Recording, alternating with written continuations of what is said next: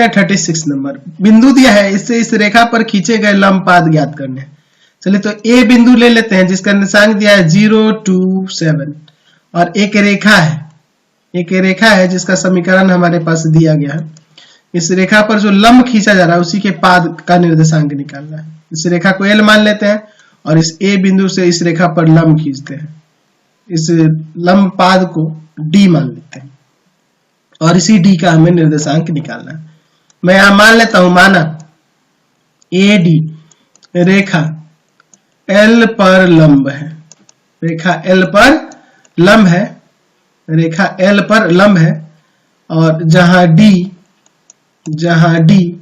रेखा L पर स्थित है, L पर स्थित है।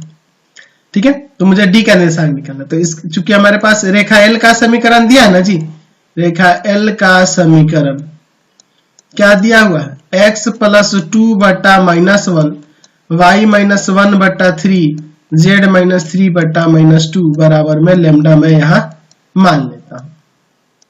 ठीक है, तो x का मान माइनस का लेमडा माइनस 2, y का मान 3 लेमडा प्लस 1 और z का मान आ जाएगा माइनस 2 लेमडा प्लस 3। ठीक है, चलिए तो ये आपके d का निर्देशांक यहां से निकल गया। d का निर्देशांक क्या हो गया, d का निर्देशांक हो गया माइनस का लेमडा माइनस का 2 3 लेमडा प्लस 1 और माइनस 2 लेमडा प्लस 3, ये d का निर्देशांक हो गया। तो हम लोग AD का दिक् अनुपात पहले निकाल लेते हैं। दिक् अनुपात क्या हो जाएगा, इसमें से उसको घटाएंगे ना जी। चलिए तो आ जाएगा माइनस का lambda minus 2 minus 0 3 lambda plus 1 minus 2 और माइनस 2 लेमडा प्लस 3 माइनस 7। ठीक है, चलिए तो क्या आ जाएगा, माइनस का lambda minus 2 3 lambda minus 1 minus 2 lambda minus 4। ठीक है, चलिए तो AD आ गया। अब हम लोग बात करते हैं रेखा L का दिक् अनुपात क्या होगा। रेखा L का दिक् अनुपात यहां से क्या आ जाएगा, तो यहां से रेखा L का दिक् अनुपात -1 3 -2 होगा। ठीक है, तो चूंकि AD लंब है रेखा L पर, तो यहाँ पे दोनों के दिक् अनुपात कैसे लेंगे, minus lambda minus 2 into -1 plus 3 lambda minus 1 into में 3 और फिर माइनस 2 लेमडा माइनस 4 इंटू में -2 बराबर में 0। चलिए अब यहां पर आगे सॉल्व करते हैं।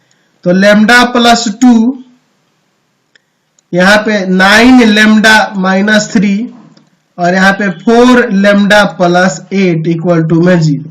चलिए आगे सॉल्व करते हैं। 14 लेमडा हो जाएगा 8 10 में से 3 गया 7, ये जाके उधर माइनस का यानी लेमडा बराबर में -1/2 आ जाएगा, -1/2 आ जाएगा। तो D हमारे पास निकला था ना जी, तो हमें D का निर्देशांक निकालना, लेमडा का मान रखते ही आ गया। D का निर्देशांक क्या हो जाएगा, हो जाएगा आपका -1, यहाँ माइनस है और यहाँ माइनस है, तो प्लस का 1/2 लिख देते हैं और -2 3 इंटू 1/2 और +1 -2 इंटू 3 -1/2 और -1/2 और प्लस का 3। समझ गया ना, जहां जहां लेमडा है वहां मैंने -1/2 रख दिया। ठीक है, यहाँ भी -1/2 यहाँ रखा -1/2, लेकिन पहले से माइनस है तो प्लस हो गया। यहाँ एलसीएम लेके घटा देंगे, माइनस का 3/2 आ जाएगा, यहाँ -3/2 में 1 जोड़ेंगे तो माइनस का 1/2 आ जाएगा, यहाँ 2 से 2 कटेगा +1 और यहाँ 3 4 हो जाएगा। तो ये आपका D का निर्देशांक निकल गया। समझ गए। चलिए अगला क्वेश्चन